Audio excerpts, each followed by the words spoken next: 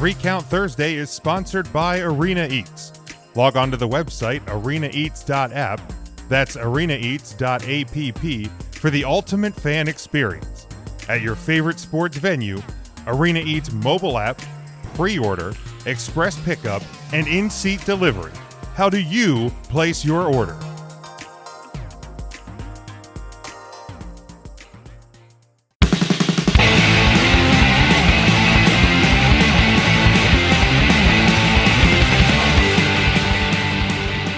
So yeah, we're gonna try to attempt to do best and worst. And Ryan, you had done kind of an addendum that instead of just best and worst, we're gonna go with moment of the year, and then best. And I was kind of going anything but a match, because we are gonna do our top 5 matches of the year as we've done every year. So I mean, if you have a worst that's a match, I mean, you can throw that one in because we don't do the worst matches. And the past 5 days aside, and I mean, I'm not going to fight you if you're going to put the events of the past few days or the last few minutes in moment best or what have you. But let's start with moment of the year. And Ryan, I'm going to kick it to you first, because this was your idea to throw the moment into the mix. So I will go to you first for moment of the year, pro wrestling in 2020. Yeah, I like the idea of moment of the year, because we're definitely going to talk matches later on. And I feel like there's a big difference between professional wrestling matches that we are going to rank 5 through 1, and then an overall best moment of the year that you were going to leave 2020 etched in your brain. For this, and it may have a little bit of stink of recency bias, but my best moment of the year is a moment that I immediately went to work and I talked to a ton of people about. I shared with family members, because it's something I've never seen in a professional wrestling ring ever. The moment of the year is the Fiend getting lit on fire at TLC. It's something that I was able to take to people at work who are horror fans and say, dude, you need to check this out. This is something you've never seen before. First of all, it's a guy in a Tom Savini mask getting lit aflame, doing stunts, and then there's obviously the dummy. Right. But that is a moment that I've never seen in professional wrestling. It is the spectacle of the year, in my opinion, and that is my 2020 moment of the year. TLC, Firefly Inferno. Tim, I'm going to go to you next. Sure. Because I don't want to potentially steal yours. So I will go to you next. Your moment of the year. What do you think? No. Now I want to know what you think I was going to pick. Okay. Bret Hart. Wait, what did Bret Hart do in 2020? Nothing. It was enough. Oh, come on. My moment of the year was one that we were with you, Tim, and with Marcus in the year 2020. Back when you could get together safely with friends and or family or anything like that. And it goes back to the Royal Rumble, and it was the moment. No, I take it back. He can't pick it. It was Edge's return. It was something that, because I saw some of the potential leaks for Royal Rumble. I think like they were like people from a hotel across the street. They had seen like Victoria's Titantron playing. MVPs, I think, had played. There was no inkling that Edge was going to return. I think people have always like speculated, like, well, what if he could? What if he could? And to hear that music, and honest to God, being with you and with Marcus, like guys that are like fucking huge Edge heads, to see you guys. I thought Marcus was literally going to jump through the ceiling in his apartment. And then like you guys are literally crying. It was like, it's an all-time fucking moment. Like it is like, and to go back and to watch that clip, and I compare it somewhat to like the Hardys at WrestleMania roller coaster, when, their music hits and the place just goes banana. And like, that's exactly what happened. I've seen so many fan videos from that moment because everybody, who's coming next? And then you hear the music and it's just, the camera just starts shaking because people are losing their goddamn minds. It was just awesome. Like and I think because it was one of the few moments we got this year when things were still normal, probably plays into it as well. But that is my moment of 2020. So yes, Tim, I will now lend to you. So this is meant to be like the best moment of the year, or is this meant to be like most memorable moment of the year? Okay, I'll be positive. Moment of the year for me was the night that Becky Lynch relinquished the Raw Women's Championship and took the mantle of Mother. The entire opening bit for that Raw where they opened the Money in the Bank only for the title to be inside the Money in the Bank. You go be a warrior and I'll be a mother. And the moment that was shared there was when you put real life in it. Like that's what makes it so good. Kind of like the Edge return. Like there is real life element in that, and that's where I'll stand. Becky Lynch's pregnancy announcement. Intern Mark, what is your moment of 2020? My moment of the year. You guys took my number 1 and number 2 I was going to use. So I originally I was going to go with Edge's return. And I thought, okay, Jim took that. Then I was going to go with Becky and Tim took that. So just to be different, I will say Undertaker's actual retirement from active wrestling in the ring. I don't know if we'll ever see him back in the ring. But that would probably be my moment. But really, I think Edge's return at the Royal Rumble was the biggest moment. But just to be different, I'll go with the Undertaker's retirement. Very good. And Matt, how about you? Yeah, and that was my third choice. So, I mean, the of 2020, there weren't a ton of like great moments. Like I think those are the top 4 anyway that just kind of stick out as like really cool, shocking moments. The Sting coming to AEW would probably be the other honorable mention, but for me, I think it's just more so that we got wrestling in 2020 with everything that went on. So the whole WrestleMania from home thing I thought was just really well done. So I'll go with that. Like we still got WrestleMania despite everything. Wrestling fans could still like have some semblance of normalcy and say like, hey, WrestleMania is still happening. So that would be mine. Yeah, I like that. And then we're gonna go to best, and then we'll do worst. So like when I like I said, I wasn't necessarily thinking match here. I don't even necessarily like put it as moment. It can just be anything that you think of from this year in wrestling that you're like, like that's the best. And I mean, mine's not going to stray off of my moment. I'm going to go the 2020 Royal Rumble pay-per-view as a whole. Like, we love, I mean, we always love Royal Rumble season. It kicks off WrestleMania. There's always who's going to win, who's going to get the title shots, who's going to return. We're always kind of taking odds on, well, this person has been away for 3 months, or this guy's been out, or what legends are going to come back. But like also at that show, we got some really good matches, including the Bray Wyatt Daniel Bryan strap match, the Fiend with the Fiend and Daniel Bryan, like, and we saw something different this year with Brock Lesnar as champion starting the match, and just there was so many great moments. I thought that NXT superstars in the Royal Rumble match held themselves really well.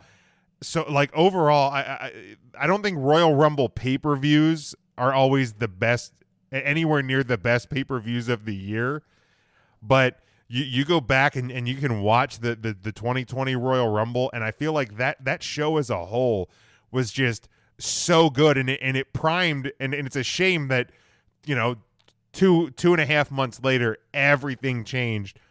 But I feel like it was really just setting up for what could have been such a cool year in WWE. And don't get me wrong, they adjusted and they did things as they had to, but I would have loved to have seen what could have come out of the Royal Rumble. You know, with what they with what it looked like they were ready to do. So for me, my best of 2020 was the Royal Rumble pay-per-view. Let's go back the other way. Matt, we'll start with you on this one. For me, it's going to be storyline, and the storyline that intrigued me the most and was my favorite throughout all was the Fiend Alexa Bliss storyline. I think that captivated me more so than anything else in 2020 with wrestling. That one got me the most. So that's what I'm going to stick with. Sweet. So we'll go to intern Mark. Mark, what is your best of 2020? Well, I'll tell you what, I had the Royal Rumble as the best. It's all right to Largely due to double Edge's up and triple Yeah, up. we can double down. Yeah, we're practically hive well- mind at this point. Yeah, I'll go with something different. I'll mix it up here. I think, and I'm pretty sure this happened in 2020. It's sometimes these years run together, especially with everything that's going on. But Roman Reigns' heel turn, completely heel turn in alignment with Paul Heyman. I know him with Heyman happened not probably the middle of the year maybe, but to me that really, I didn't think I'd ever really be interested in Roman Reigns or any feuds that he was having, but they proved me wrong with his heel turn and alignment with Heyman.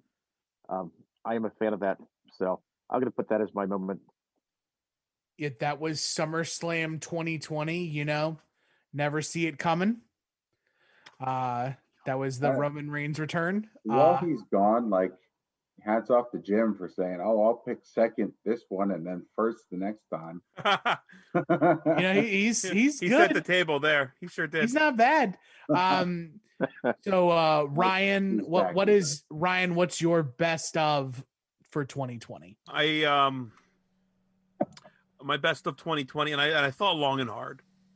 My best of 2020 has to be the revival of MVP and the Hurt Business as a whole, and what that has done for the folks in the Hurt Business. MVP brought back at the Royal Rumble, had, I think, a send-off match then the next night on Raw, coming up short to Rey Mysterio, maybe, in a losing effort. I feel like that's who it was. It was the short one.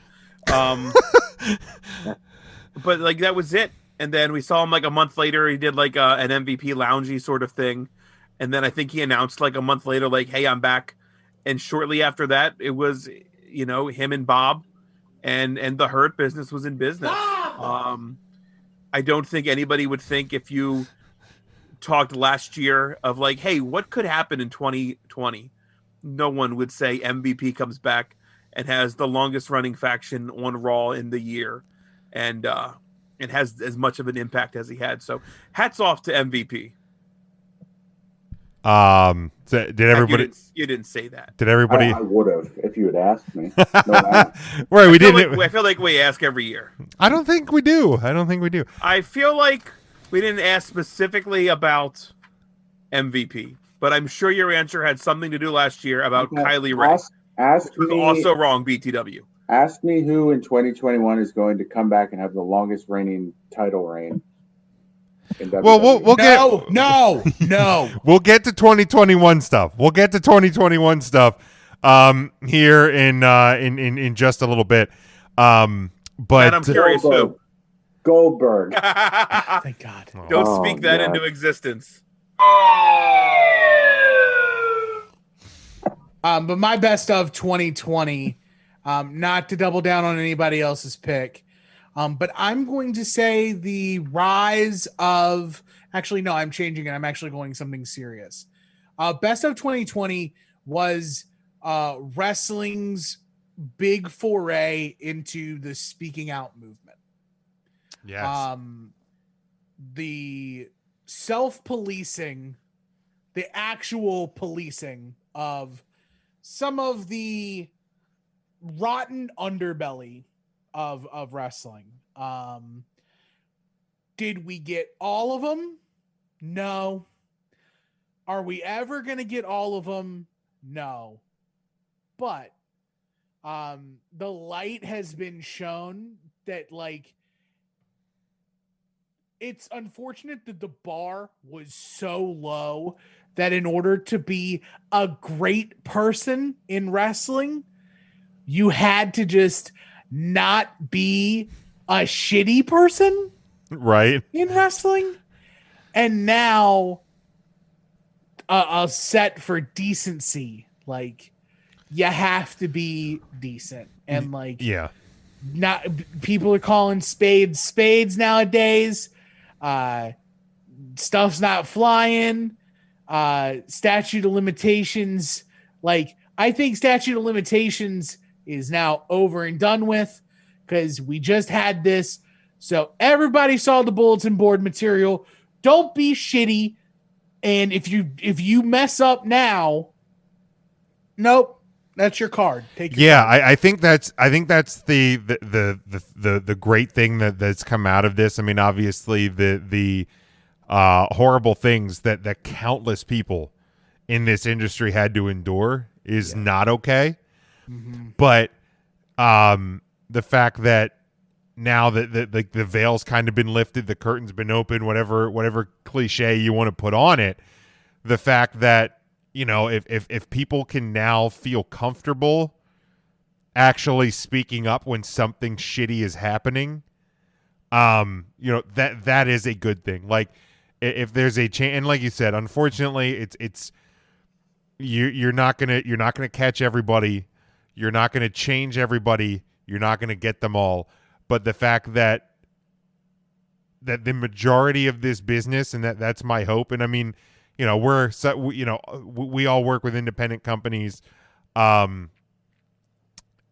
fact that, you know, if we see something, if anybody sees something that's not okay, the idea that you can actually bring it up now feels like a pretty good thing moving forward. That we can that policing the business is okay. That it's not this this boys club that you can't break that silent code or whatever you want to say. Like that, you know, that is something that is such a huge thing, not in wrestling, and you know, society. There's been a societal change this year. So you know, kudos to 2020 has given us a lot of shit, but if a positive change can start to happen in the wrestling business, that's a good thing. Did everybody else get theirs? Yep. Okay. I grabbed the flag when you left. Then my man.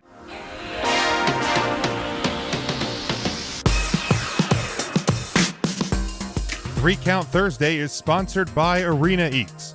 Log on to the website arenaeats.app. That's arenaeats.app for the ultimate fan experience. At your favorite sports venue, Arena Eats mobile app, pre-order, express pickup, and in-seat delivery. How do you place your order?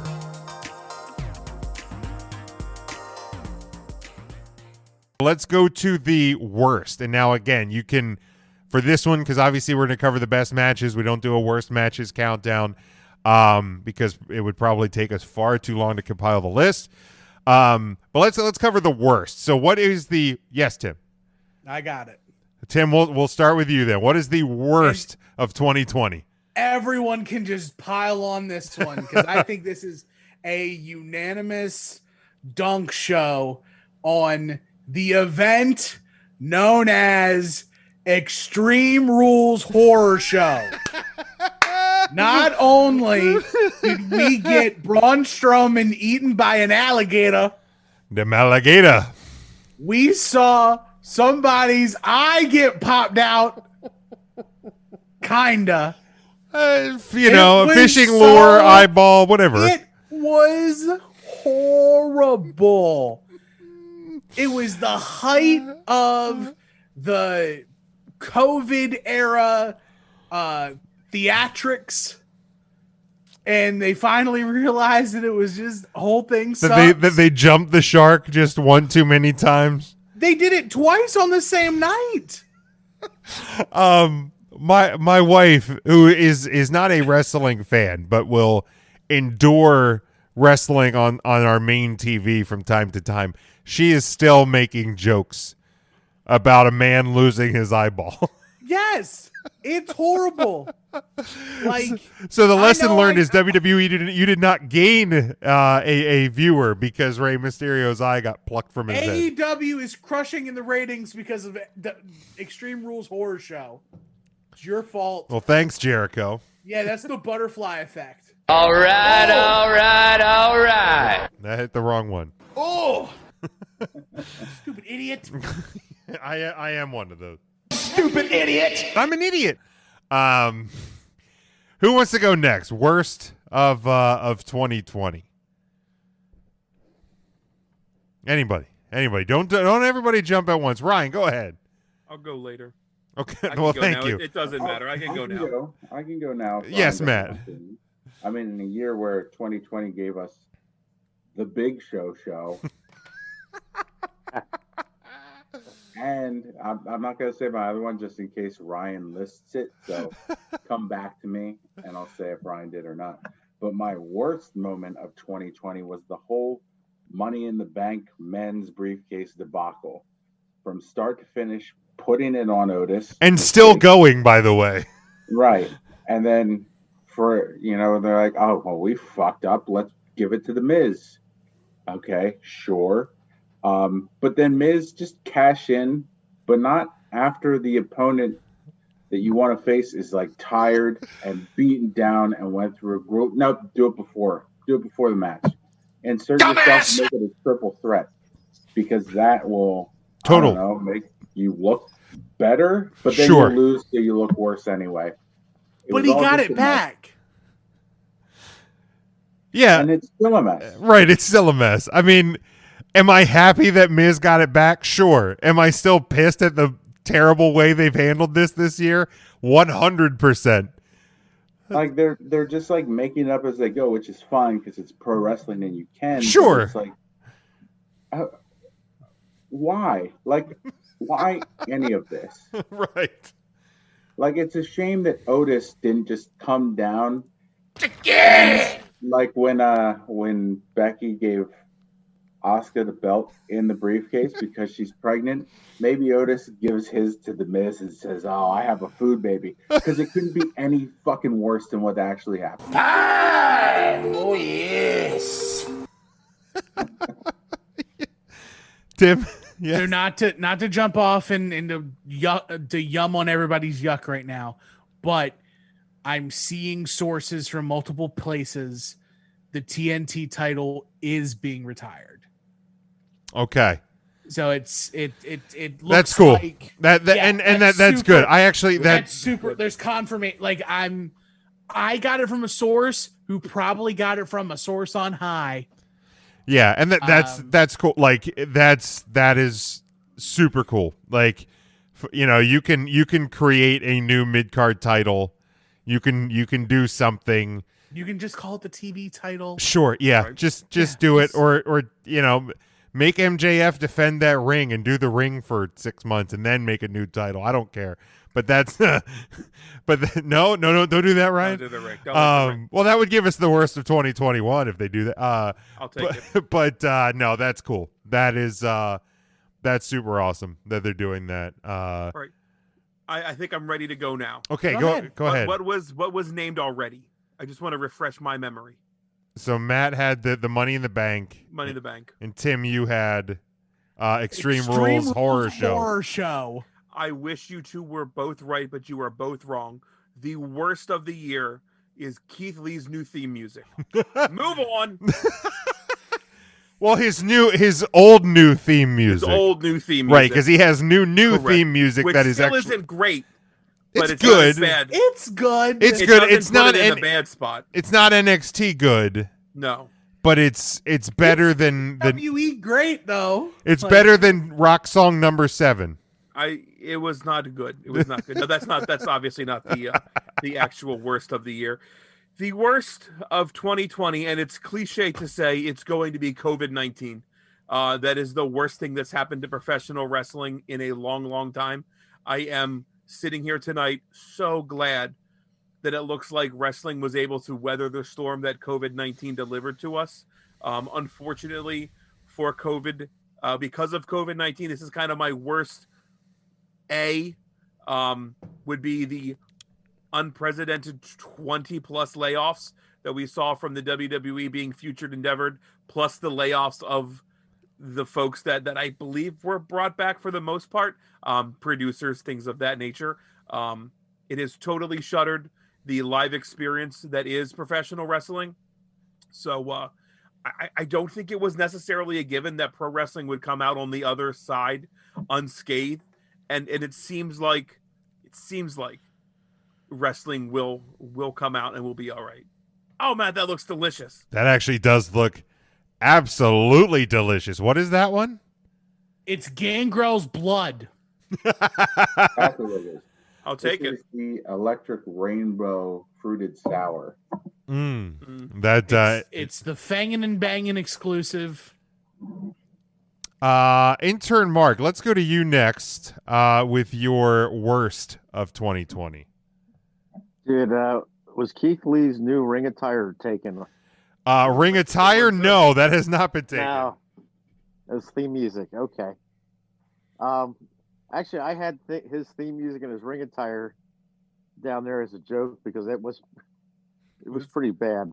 I think the worst thing WWE did in 2020 is they started out strong, and in my opinion, they just completely botched it or dropped the ball or gave up the whole retribution angle. I think it's horrendous. They lost any kind of momentum they had. Martinez went back to NXT. I have no interest in that angle at all. They're very good wrestlers, all individually or as a team, but under those new names and the attire, not a fan. Not a fan at all. It's not great. Yeah, it started out with a lot of promise, and they just dropped the ball on it, in my opinion. Yeah, it didn't. Definitely did not go well.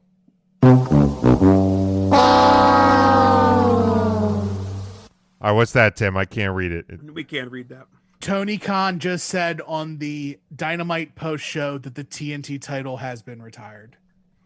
Awesome. So now it's officially come from On Top. Awesome. And Brody Jr. is officially being recognized as the final champion. Damn, that is awesome. Oh. Between that and giving him a contract for his It goes back to what I said with like best of the year. The bar for being great right was don't be a piece of shit. Right. And like Tony Khan, like right now, even though we had hyperbole like a month ago, where like the landscape of wrestling or Yep. something ridiculously asinine for nothing. Yeah. I mean, Like- we can dunk on Tony and AEW for certain things. You cannot say a bad thing about Tony Khan in this situation. In the last 5 days, they have done everything correct. Have y'all seen Semi Pro? Yes. Yeah, I think I have. Yeah. Such a great film. AEW and Tony Khan right now are the Flint Tropics after inventing the alley oop. Yeah. They're just everything is going up and they're just jamming it Yeah. Like all this. day. Everything. It's spectacular. I just, former guest of the show, friend of the show, especially to you, Tim. Facebook post from Bryce Remsburg. When filling out your Booker of the Year ballots, don't forget -1 just under 2020 under the wire. Families aren't blood. Normalize telling your friends you love them. Thanks for sharing this with us. Kiss your homies. Yeah. I mean, it's that's kind of a great message to learn is take the moments, tell the people. So Real quick, just to piggyback on that, Jim. Sure. Kevin Owens 22 minutes ago, that was wonderful. Big E 25 minutes ago, what a wonderful tribute show. These are, again, WWE contracted professional wrestlers tweeting about a competitor show, not watching a WWE owned product tonight. The war is dead. There was never a war. There was never one. Love one another. I love that Bryce ended with that. Let's normalize that. Yeah. Wow. Spoke too soon. Yes. It's just that version of the TNT title. Okay, so they're going to create a new version. The TNT title is there's a new title that's coming. That makes sense. The last person to hold that version is Brody Jr. Perfect. Perfect. Even so, that's still leaps and bounds better than anything else. Absolutely. No, that is spectacular. So, I'm going to round out the worst of the year, and then we'll take our break and we'll cover matches and some predictions for 2021. But I had something written down when I came up with this topic, and it was the WWE draft, because I feel like the WWE made so many mistakes in the WWE draft. They broke up tag teams. They broke up trios. And they did it like 2 weeks before the one pay-per-view where everybody's brand loyalty matters. Yep. Yeah.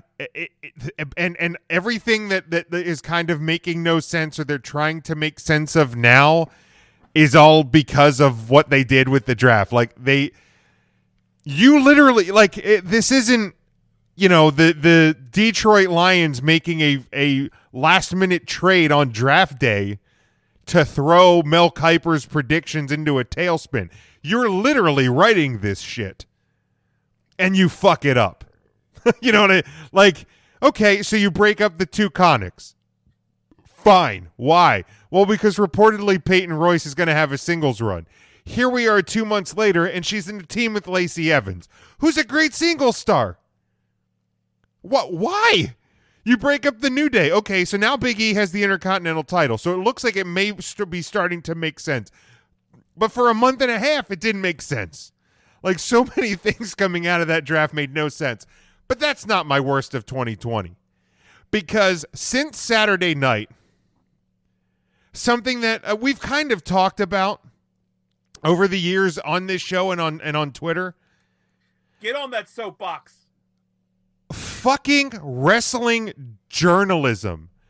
Go fuck yourself. And I'm looking directly at Bruce Mitchell and the PW Torch, because this motherfucker goes ahead and writes a goddamn article that makes some of the most horrendous accusations about what happened to Brody Lee.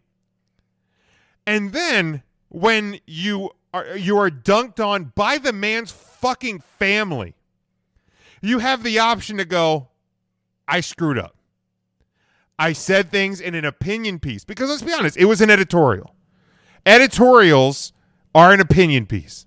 So you can say things, but if you get called out, if your bluff gets called, you have the option to go, my bad. I shouldn't have done that. I apologize to the family. I apologize to AEW. This motherfucker has the balls to go, no way. This is why I did it. Blah, blah, blah. So then he gets fucking 30 years at PW Torch. Motherfucker gets fired. And instead of now taking the L, because PW Torch gave a half-assed apology, they're still not out of the shitbox in my opinion. But they fired Bruce Mitchell. And instead of really taking the L, Mitchell doubles down and gets it put up on some, nickel and dime Reddit forum and explains why he's still justified that it's there. Fuck you. And it's not just Bruce Mitchell. Like there are people defending Bruce Mitchell under the guise of free speech and all of this. Fuck you. It was a baseless claim that is accusing a man's family who is grieving his fucking loss of hiding it because we are in a pandemic. Yeah, we're all in a motherfucking pandemic, man. We know the situation. Like, is that Bruce Mitchell? Wow, that motherfucker's squirrelier than I thought. Yep, go ahead, take a look at it, Jim. He's looking right Jesus at you. Let him have it. Wow. Fuck you, Bruce Mitchell. Fuck anyone that defends him. I have the right thing to say to Bruce Mitchell. And that would be? I hope your flight's delayed. Hold on, let me bring him back up here. Yeah. Get that picture back up. You got to tell it straight to his face. What you want to say. But it's not, and wrestling journalism as a whole, like quote unquote journalism, because there's so many like shitty dirt sheets and people that just do things in scummy ways. Be better in general moving forward. But Tim, go ahead. Ryan's got the picture back up. Mr. Mitchell. Hello there, Tim. I don't fucking know why I gave him that link. So. I love it. Keep going. Hello there. I have one thing and only one thing to say to you. I hope your flight gets delayed. But seriously, stop. Like just fucking be better. Stop being an asshole. Like, don't be a piece of shit. It goes like to don't be a piece of shit. Like if you give an opinion, and you get called out, just take the L, man. Take the fucking L. Don't double, triple, and quadruple down on a fucking terrible thing.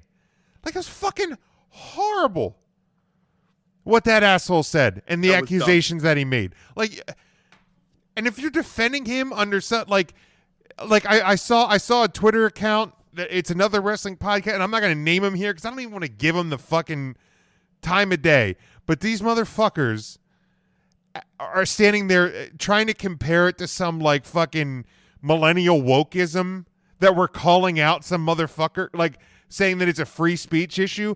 Nobody's saying that he can't say it. We're calling out the fact that it's a fucking shitty, stupid asshole thing to say and do. He can say it all he wants, but I have the same goddamn right to call that motherfucker an asshole because he's an asshole for making those accusations against Brody Lee's family and AEW. So, Jim, how do you feel about it? Jim has just used up all of our fucks and assholes for an entire show. Where there's none left, guys. We can't use any more. We officially, for the rest of 2020, have no fucks left to give. We're out. None. They're all out. We're fresh out. So wrestling journalism. I have not seen anybody that hot since I saw JD from New York watch Raw. Or also, fuck JD from New York. But so my worst, and it came in at the 11th hour, is wrestling journalism. But it is and was the absolute worst of 2020.